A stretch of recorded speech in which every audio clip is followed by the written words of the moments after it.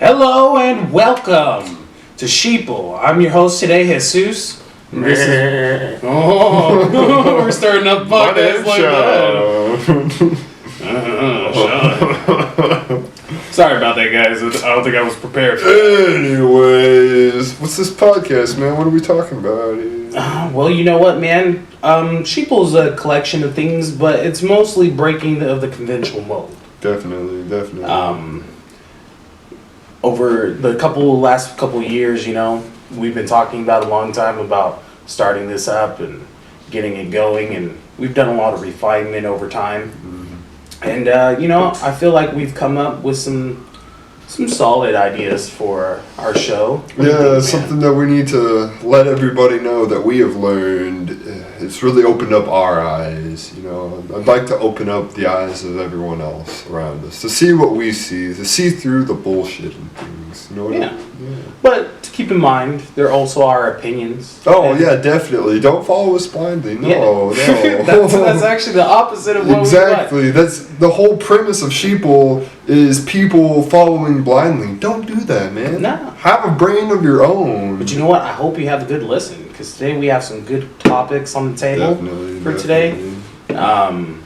We're going to talk about fear today and what drives people to do the things that they do. Fear. Yeah. So, do you want to talk about fear in a social environment or fear as in our general fears?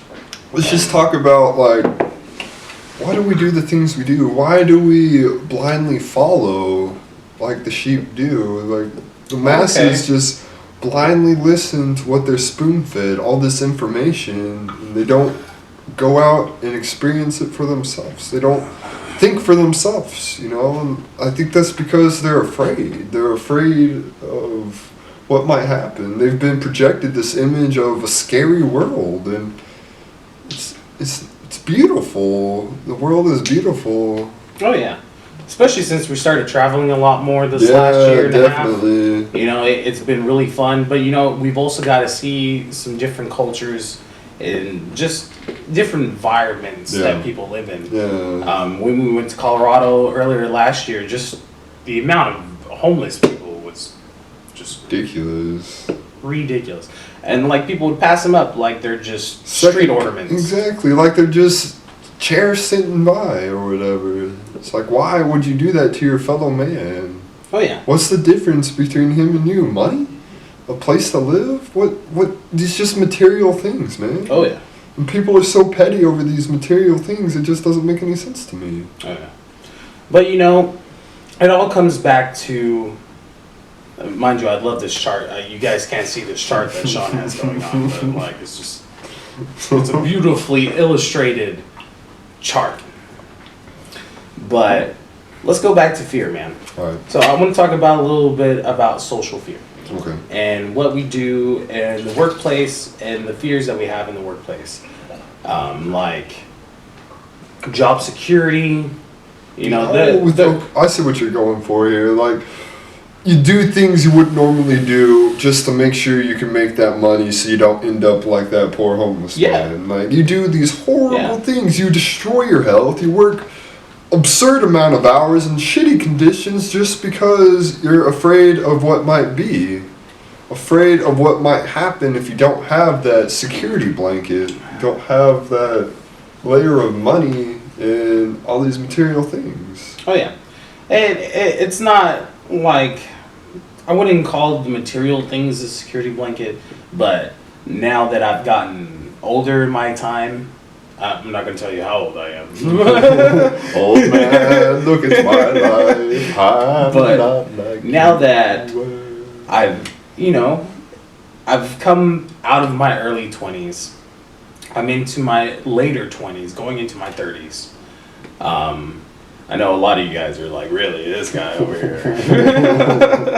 But what the ideals that we have going in our early 20s versus how they change later on in our later 20s. It's more than just a development of personality. It's a development of how much are you willing to give. Mm-hmm. How much of yourself are you willing to break off to help your fellow man, so to speak?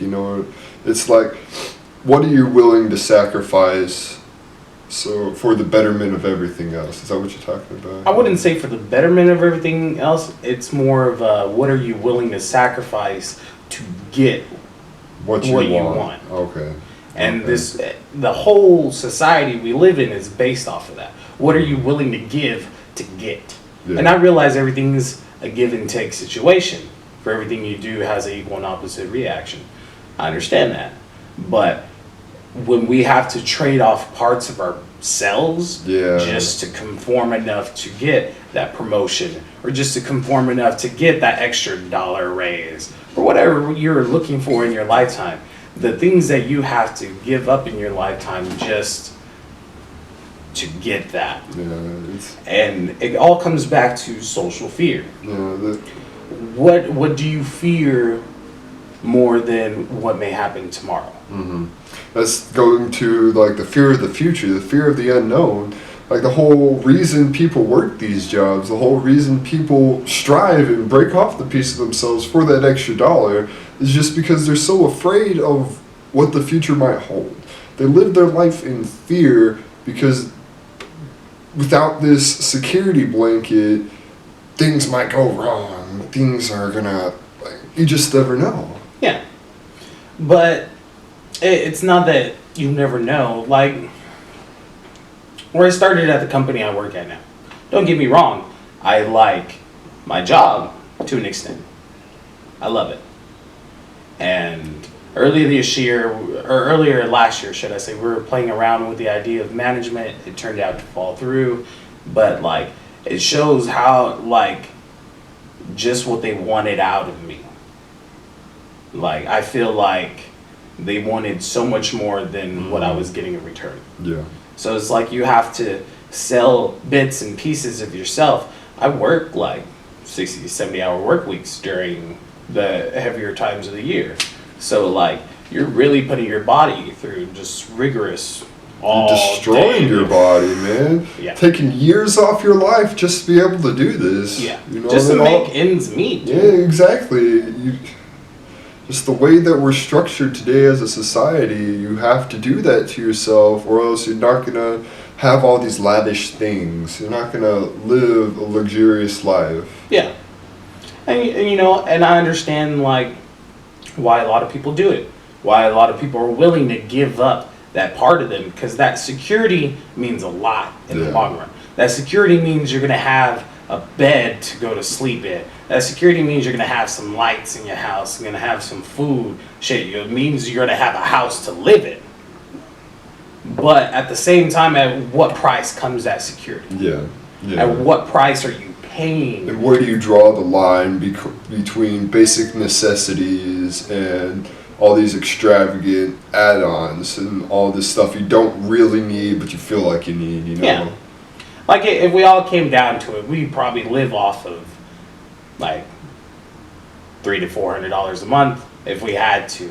Yeah. Like, that's not counting your actual bills for your living. Yeah. But, like, groceries and just some necessities here or there. And just in case, like, some stuff comes up and you need to pay, like emergency medical bills or something like that. But other than that, we live so far beyond our means, and we're told this is the way we should live, that the things we own define us. Yeah. That's our jobs define us. Our status as humans define us. For example, whenever you go to meet someone and you try to introduce yourself, what's the first thing that you say? It's like, "Hi, this is my name. I work for so-and-so," or whatever. Why do we do that? Why do we feel that's necessary to... It's a status thing. Exactly. Man. It's all because we're told to live in this hierarchical society or whatever. Yeah. Sorry. This fucking guy. Shit. Tries to be a little snaky sleek. So, I don't know, man. What do you think about anxiety, like social anxiety? Oh, I used to have real bad social anxiety, man. It's just, it's tough. it's tough because we're constructed to fit in this certain way. Society wants you to be in this certain way. Go to school, make good grades, get this job, make a lot of money. But if you want to divvy off of this path or whatever, people just ostracize you and you're an outcast. And I feel like that's a lot where my anxiety would come from, is just always feeling like an outcast. Like, I'm a weird dude, don't get me wrong, I'm weird as fuck. Yeah. Right? And I love that about myself. Being weird is the best thing anyone could be, in my opinion. But that used to give me the worst anxiety because it's lonely, man. There's not a lot of lonely, weird people out there. Until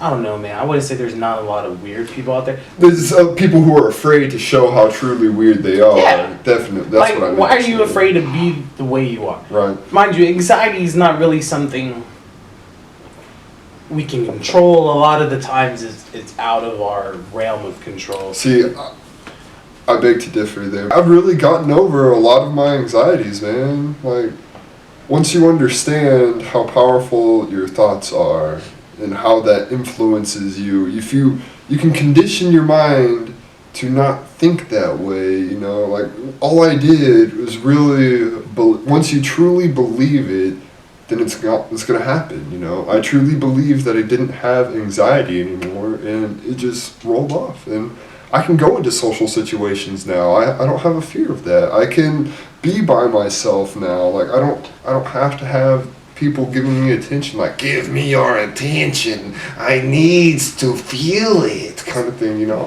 I'm good. Did you finally break out of your social anxiety cocoon? Yeah, that's exactly what it feels like. I'm a beautiful butterfly now. You gotta let me fly. You gotta let me fly, man. Yeah. That's exactly what I feel like. You know? Just to let you guys know, we have a cheering squad in the background behind the camera. And, you know, he's disagreeing with the situation. Agtown finest. Get the fuck out of here. I love you, Mama, if you see this. Oh, your mom doesn't care about you, Ben. Oh. But I still love you, though. Back to anxiety. So how do you feel about that, man? How do you feel about getting over your anxieties? Like, I know you've made headways over your anxiety in the past years. Yeah, man. Like, I've really struggled with it for, you know, the better portion of my life. Like, it really, like, took its roots, like, when I was, like, 13, 14. I pretty much became a hermit. You know, the birth of the internet was alive. You will not enter my cave. This is my personal space. Technology, video games, you know, and I really got to enjoy a lot of the social part at the beginning of the internet. But when it came to socializing face to face and in groups or stuff like that, it became a lot more difficult. And, you know, being who I am, I'm a talkative person. Oh, trust me, I know. I can talk someone's ear off, but like it was the initial start of the conversations and stuff like that. It was really what ate at me, man. Yeah, that's how I was. You know, I was like, I just couldn't initiate. You know, like I was fine with someone I know or whatever. Like I could hold a conversation with someone I knew, but how do you meet new people if you can't initiate a conversation with someone, you know? Like I struggled with that for the longest time.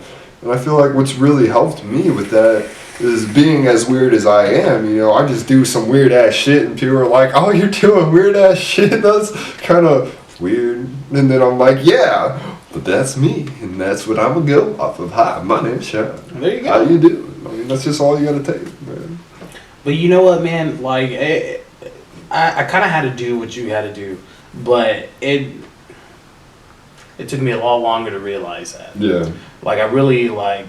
But, you know, at the time, I didn't have a lot of... Like, I just moved here, and I didn't have a lot of friends when I first moved here. Oh, and trust me. Don't let anybody tell you don't need friends in your lifetime. Oh, your social circle is probably the most important thing in your development.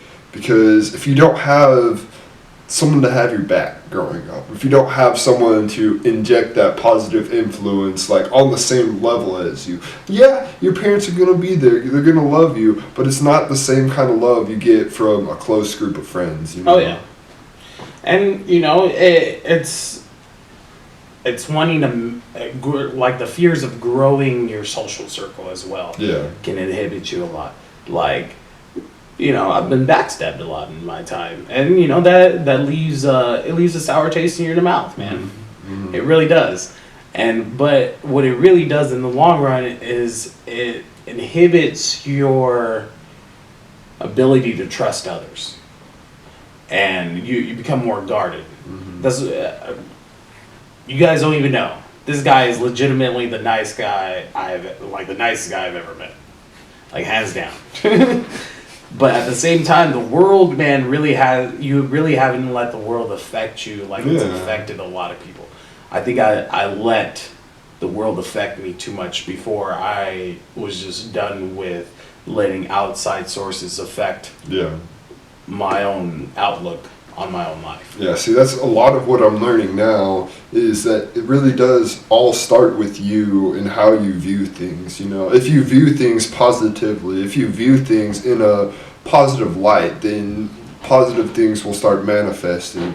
But on the other hand, you can't let other people affect you, you know. If someone does backstab you like that, in my experience, like, whenever that happened to me, you know, I used to get all caught up in it. It's like, why would that happen to me? I've done so well for myself. I'm a nice person, damn it. I don't deserve this. But now, you know, I just kind of let it flow. I feel like with a lot of things, you just gotta let it go, man. Let your fears flow. Like, if you hold on to them, if you harbor all these fears and negative feelings, it's just gonna build up in you, and you're just gonna be this sourpuss. You're just gonna be this grumpy ass old man, like, God dang it, kids, get off my lawn. Kind of Clint Eastwood in, What are you doing on my lawn? what was that movie? Gran Torino, like, coming out with the M1 Gran Order. Get the hell off my lawn, God damn it. Just to let you know, Gran Torino is an amazing. Oh, that's a phenomenal movie. Oh my God. Clint Spoilers Eastwood. alert. Oh, I hear at the end. Fucking talking about going out like a badass. It's like, fuck you, man. Oh, y'all going to jail. Oh, y'all going to jail. Oh. But how lucky was that Asian kid with that car, though? Bro, that's been like, ever since I saw that, I hope to move next to a racist old white dude and befriend him, just so I could inherit that nice car or whatever. Every old white person you see, you're like, sir, are you slightly racist and willing to accept others eventually? Do you have a nice car? Why you gotta do that, man? Like, oh. Why you gotta do that? I know, We're in the middle of something here. Shit. Somebody's phone already went off earlier, so. I'm not the only one. I'm not the only one, so. All eyes stared at the person behind the damn camera. Is on silent. Oh, so phone's on silent, guys. Just to let you know. Yeah, man. I felt like accepting myself for who I was. You know, I had a lot of issues at the time with, you know, my ex-wife and a lot of stuff. But once I started just rebuilding my sanity from that. Yeah. Bro, that chick right there. You know what, man? No ill will towards her. I hope she has a good life. I hope she's cool. Yeah. You know.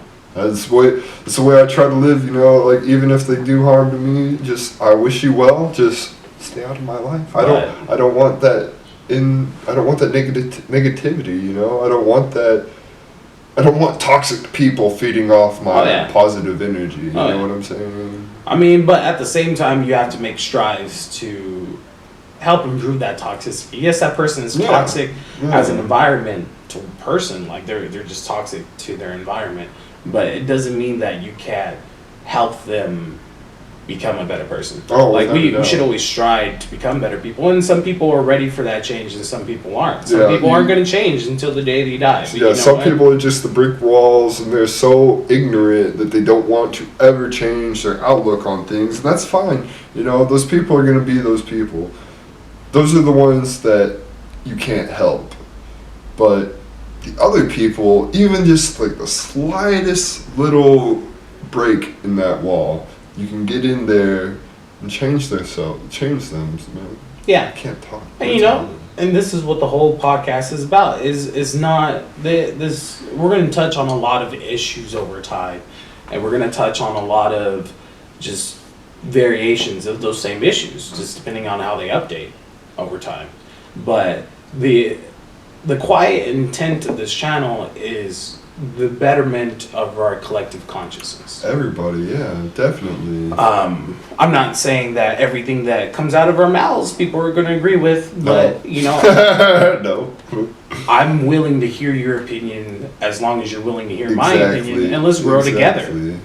Like, I want to learn from you, and you should want to learn from me. The whole process of aging is a constant struggle of learning more and more and more. You never stop changing, You know because why you you- always have to continue learning. You know why you never stop changing, Sean? 'Cause you always have to continue learning. Because you never stop fucking up. And that's the thing. That's the thing. Failures are one of the most important things of our lives. Oh, Because yeah. you can learn so much more from failure. Oh, yeah. You can fail 100 times, and you can learn so much from those 100 times to get to that eventual one time that you need Yeah, to do it right. because That's all you need. you're never going to question the times that you get it right. No. You're just going to feel like, oh, I did this well, so I got it right. But the times you get it wrong, you're going to analyze it. You're going to feed off of what you should be feeding off of that is the learned experience versus, damn, I did this wrong, and, Right. you know, I See, fucked up. you can't here. let your fear Yeah. overwhelm you there. Yeah. You can't let your fear of your negative experiences overwhelm you. You have to just take that and analyze it and be like, okay, how can I improve on this? Oh, yeah. So, Sean, it's about that time. No, don't go, don't leave me here. Yeah, it's about the time we wrap up. But before we wrap up today, we're going to talk a little bit more about our channel and what we're going to be doing here, and just give a general idea of what Yeah. you know, we have planned for the next couple of months and for the future, hopefully. Future! Reminds me of that episode of SpongeBob Yeah. where everything's Yeah. covered in chrome. Squidward just can't handle it. Goes into a fetal position. Yeah. Me and you were on the same channel. Yeah. I'm sorry, guys, but SpongeBob. SpongeBob is My timeless. existence. SpongeBob SpongeBob will is be life. there till the end of time. man. SpongeBob is fucking life. I don't care what anybody says about it, it's life. But so On what we were saying. So these other videos that we're going to come out with. yeah. So, you know, this is our podcast. We're gonna have a weekly podcast, guys. It's gonna come out. Hopefully, we're gonna be pushing for a Friday drop every week for our podcast, but it may move in between Friday to Saturday, just depending on when we have time to record it. Only because this is longer. But we're also gonna be doing, Pop-up videos. I would say a very dark, but No. not dark. It's like you're gonna try and make it dark, and I'm gonna be like light, love, if you, passion. It's gonna be light meets dark, the I'm ultimate yin tainted. yang going in. tainted, untainted by society. Love. Oh man, don't get me started. We can't be having copyright hits our first fucking. But Shit. you know, the other videos we're going to be doing in a week are going to be more of a humorous satire of stereotypical situations, but also it's going to be like Saturday Night Live meets Robot Chicken. Exactly like Saturday Night Live meets Robot Chicken. I can't believe how spot on he put that. Our co-host our third co-host that could not be with us today. Excellent. You know, it happens, but he will be leading quite a few of our skits coming up. But He's a very eccentric fellow, very good comedian as well. So we have a very nice team behind it. We're thinking about dropping a 10-minute video roulette. Should I call it? I don't know what you would call it, because we haven't given it a name yet. But we're getting there. Hodgepodge of videos, kind of a collective clusterfuck. Yeah, I like that. Of videos. You know, that'll probably be our Monday drop, and then we're gonna have a little bit of we have something planned for Wednesday. So what I'm thinking of is we're not gonna talk about it. Surprise. But I'm excited for our Wednesday drop. I feel like that's gonna be the new one. So like our Wednesday drop is a little under hats for right now, but that's only because we're still working out all the details and we're still getting a lot of the stuff together. So I don't want to get you guys excited for something that you may have to wait a little bit to get. The Wednesday drop, hopefully we're gonna start doing the clusterfuck videos. Hopefully, at the beginning of next month, around that time ish. Don't hold me to that. But until then, we're gonna be giving you guys 2 podcasts a week, probably. Podcast. Maybe 2 of them. I don't know. Maybe, but it's a little ambitious. But hey, let's just see what we can do, and we're gonna try our best. And if that ain't good enough, well then fuck you. I mean, it just depends on me letting Sean out of the dungeon. It puts the lotion on the skin. Just kidding. I don't like the lotion. Speaking of which, I need to go to Costco and get some lotion. Coconut oil, bro. Fuck your all natural, man. Fuck your all natural. Coconut oil's the way to go. I want the most chemical bred microbead filled lotion you can get. Oh, I want a guaranteed 1,000 fish dead when I take a shower. Why would you do that? No. That's so destructive. It's unnecessary. I want a guaranteed 1,000 fish. Stop. My manatee says stop. Stop. We're going to talk about microbeads in a different video, but man. It's a topic for another day. They're a whole different just destruction. But yeah. 1,000 fish, Sean. Stop it. I mean, my name is kind of Jesus. I can't give you 1,000 fish and 1,000 bread, but I can kill you 1,000 fish. But alright guys, it's been a good time with you guys. My name is Jesus. I'm Sean, and I would like to say, Buenos noches a la Mexico. Good night, my friends. Naples. Good night. No more! So long. No more. Got it.